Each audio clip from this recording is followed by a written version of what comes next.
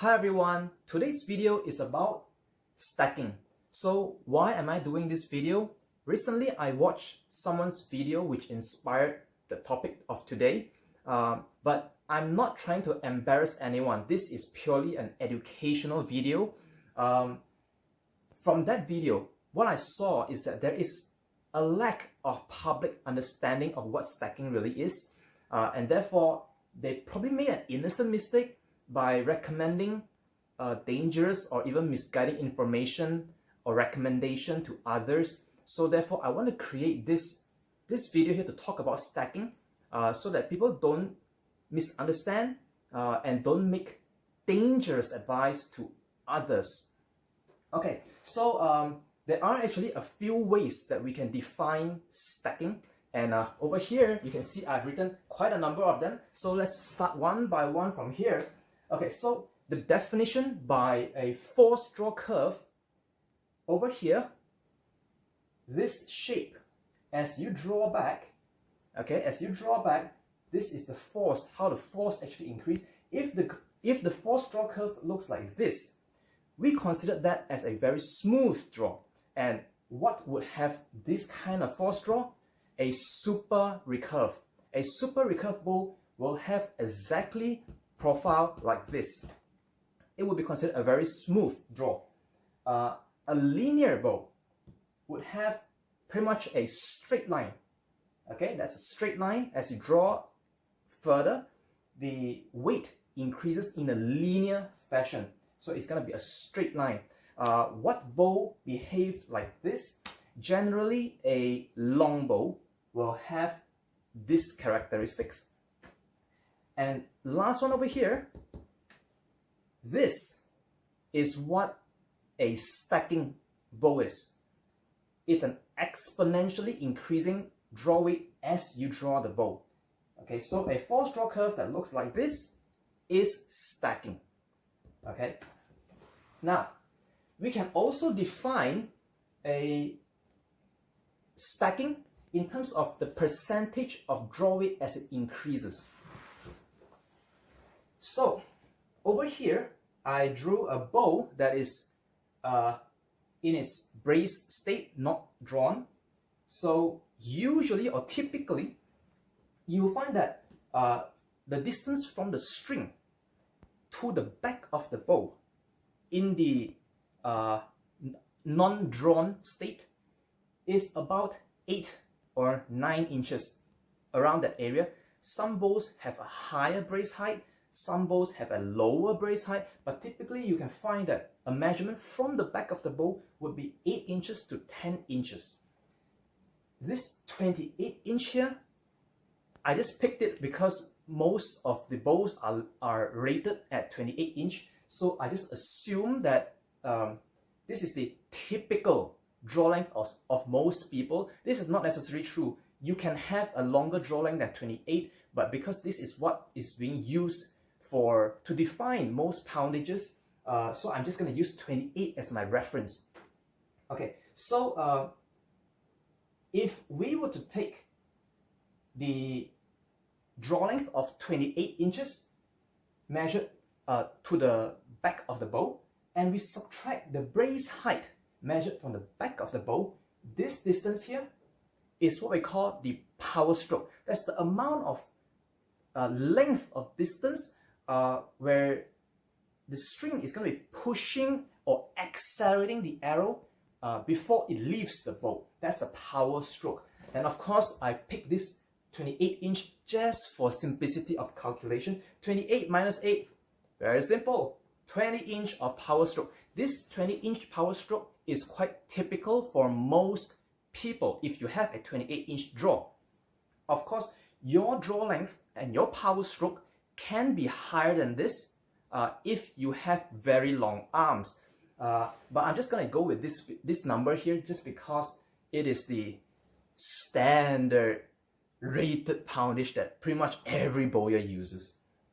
Alright, so assuming that the power stroke is 20 inch, for every 1 inch of draw length that you increase, let's say you draw to 29 inch draw length, so that is going to be 1 inch increase. Okay, so if you draw an additional 1 inch difference from a base of 20-inch power stroke, that's an increase of, very simple calculation, 5%. But if you have let's say a higher brace height, then your power stroke can decrease.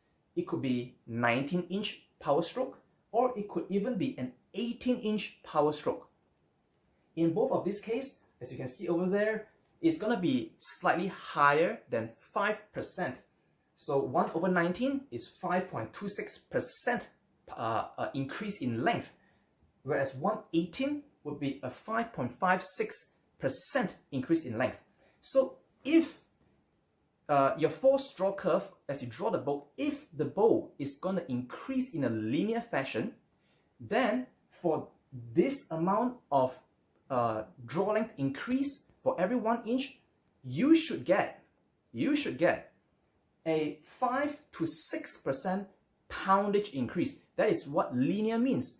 It is a straight line up. For every 5 to 6% increase in your power stroke, you should get a 5 to 6% increase in your draw weight.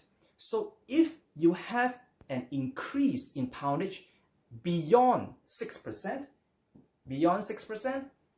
that is the beginning of stacking. Okay, so again, a 5 to 6% increase in draw weight for every 1 inch increase in your draw length, we consider a smooth or linear increase. Whereas once you exceed 6%, it is exponential, the beginning, a sign of stacking. We can also define it by the draw feel of the bow. So of course, I can't let you feel from a video, so I'm going to borrow the force draw curve from here, but I'm going to define it better here so that you can understand what do I mean when I say draw feel. Now over here, this one here is a long bow. What a long bow feels typically. So initially, for a long bow, as you draw it back, it behaves linearly. Okay, long bow generally behaves linearly at the beginning. So if your draw length, is up to this point, you will feel that the bow does not stack for you. It's linear for you. But every bow will have a point in which it starts stacking. So if you draw beyond this point, okay, every bow is different, but if you draw beyond that linear point, it will start growing exponentially, or we call it stacking, in which you will feel that the bow, it tries to resist being drawn. It doesn't want to be drawn anymore. You feel like as if you're reaching a wall. That's because there's an exponential increase in weight for every 1 inch that you draw. That would be the stacking point. And over here, what I drew is a linear line extending from here. So you can see, if the graph starts to go up beyond the linear line, that is the stacking. Now for a recurve is a little bit different. So initially, it has this shape here that it looks very familiar, right? Over here. So generally a recurve bow has this bump over here. This section here, typically you feel that it's very smooth because even though it has an initial ramp up, but it kind of just comes not down, but it softens. The rate of change does not go up anymore. So it kind of feel like you can increase the length, the draw length, but the weight doesn't increase that much. So this portion, you actually feel it's very smooth. But after that, it will start to increase linearly. Okay, it will start to increase linearly, and past a certain point, that's where the stacking will start. So over here, I drew a straight line, a linear reference line. You can see that initially, this bump is above that linear reference. But at some point, the force draw curve approaches that linear line. And once, after a certain point here, it is above that linear line in an exponential fashion. So this would be stacking, this is linear, and this is smooth. If your draw length falls within here, then you will find that the bow is either smooth or linear. But if your draw length exceeds this point, you will feel that it's stacking. So this can actually differ for everyone. Just because, let's say, I feel that the bow is linear or smooth, it doesn't mean it's gonna be smooth for others, because other people's draw length could be greater than mine. And if my draw length is right here, someone with a greater draw length over here will feel that it's stacking. So when you recommend bows to others, you never ever say that it's smooth if someone's draw length is greater than yours, because there is no way you can guarantee that. You cannot guarantee that, because let's say I have a draw length of 30 inch, I can only feel smoothness up to 30 inch. Anything beyond, I have no idea. I have absolutely no idea. So I will not recommend, I will not say that something is smooth if the draw length is greater than mine. So that is something that you have to really take note of. Okay, you don't just say that, oh, this bow is smooth. It may be smooth for you, not for everyone else. Okay, so next I'm gonna define stacking from a geometric point of view. Okay, now so this here is a long bow. It's a bad drawing, but you get the idea. So this drawing here representing a long bow, when the limb here makes a 60 degrees to the string, okay, 60 degrees to the string, that is where stacking starts. Why? If you to actually graph it out, this 60-degree point here corresponds to this dot right here. That's the point where stacking starts. Of course, initially, all stacking starts a little bit at a time. It's not suddenly. It's a little bit, and then it becomes more. Whereas for a recurve, similarly, some will have sears, some will not have, but it measures from the tip here to the string. If it is 60 degrees, it is exactly at that point. Okay, why is that so? It has to do with some geometric, sine, cosine, whatever. I'm not going to go into that detail, but when it goes to 60 degrees, that's where the stacking point begins. So anything that you see, when you see someone draw a bow, and you can see the geometric from the side, you can see the profile, the moment it reaches 60 degrees, you know, it is no longer drawing in a linear fashion. So if someone tells you, oh, this bow is so smooth, but you can see the tips are making more than 60 degrees, I can tell you this, they are just lying through their mouth. It is not smooth. Once you go beyond 60 degrees, it is not smooth. It's exponential. And lastly, well, there are cases in which you may see that, like example over here, like example a crab bow. This is what a crab bow looks like. So you might find that the tip here is less than 60 degrees. It could be 45 degrees, whatever. It is less than 60 degrees. And yet, it could be stacking. So why? Observe the limbs. If the limbs are already in parallel, you see here, this section here, when the limbs are in parallel, the more you draw, this limb is being stretched out, and that's the maximum it can go. Anything beyond, the limb has to come down, and when the limb comes down, it shrinks in draw length. So once you go beyond this point, a parallel limb, it will stack. So there you have, we have a lot of ways to define what stacking is. Next, I'm going to talk about some of the disagreement that I've heard of. So some people, they're going to argue with me that their bows are not stacking because they can draw it further. And they're going to use example from videos of the bowyer or some reviewer doing some extreme stunt on the bow. For example, they're going to bend the bow to an extreme state like that, or they're going to draw the bow so far back that the string and the sears make beyond a 90-degree angle. But just a clear warning to viewers that such a stunt is actually really, really bad for your bow. Okay, warning, bad for bows. Okay, This is nothing more than a marketing stunt, because I want you to think about it very logically.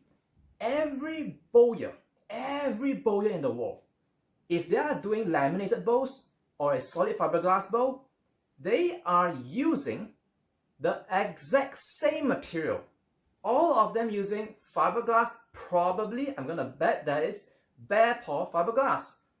Wood, bamboo, with some smooth on glue, all of them are using the same material. If one of them can do this, all of them, every bow in the world that they make, they can do the exact same stunt. It does not make that particular bowyer who does the stunt make better bows. No, it's not true. All of the bows, every bow can do this crazy stunt. But just because you can do it, it does not mean that you should. A bow is just a huge spring, and being a spring, bows follows the Hooke's law. And over here, I'm going to explain what is going on in this chart. This is actually a force draw curve, and this axis here represents the draw length. This one here is the force, just like the typical force draw curve. So originally, as you draw within a certain limit, your bow will have no damage, and you can keep using the bow and it will return to its original shape. But once you reach a certain point, known as the elastic limit, or on the bow, that would be the max draw length of that particular bow. If you go beyond, if you go beyond, it does not mean you cannot draw anymore. You can definitely draw more. But the problem is, once you pass the elastic limit, you will have permanent damage, fracture, splinter, permanent deformation, and a loss of strength or poundage of your bows. So you might see your bow may not return to its original shape after you let it down. And once you pass a certain point, known as the ultimate strength, your bow will suffer catastrophic failure, such as breakage or delamination. So, stunts like these, the extreme bending, it sits right here.